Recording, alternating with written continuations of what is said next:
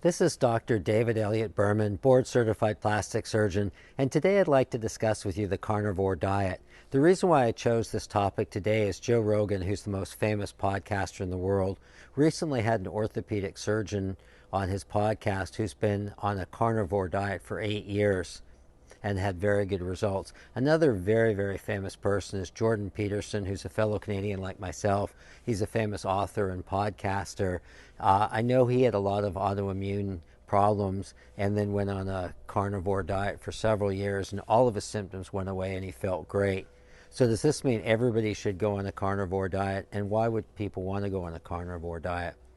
Well, meat is one of the most nutrient-rich foods that we can possibly eat.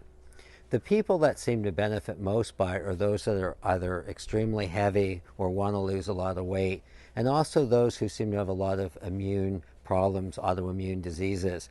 Does that mean everybody with an autoimmune disease will get better on a carnivore diet? Probably not.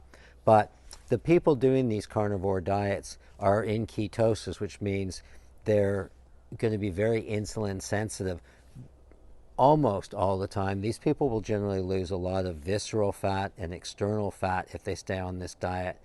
However, it's important that people doing these diets, at least the people that I've seen do it, are also very careful to get organic meat. They're getting grass-fed meat. So they're very careful what kind of meat they eat. Another benefit that was brought out on that podcast, which I very much agree with, is if somebody's doing a carnivore diet, they're not eating processed food. And everybody that knows anything about nutrition knows that all these processed foods that are ubiquitous in our diets are absolutely terrible for you. So somebody doing a carnivore diet, by definition, is eating no processed food whatsoever. So does that mean everybody should do it? Absolutely not. I personally think it's really for a select person who's having problems with their health and aren't getting the results from the diet.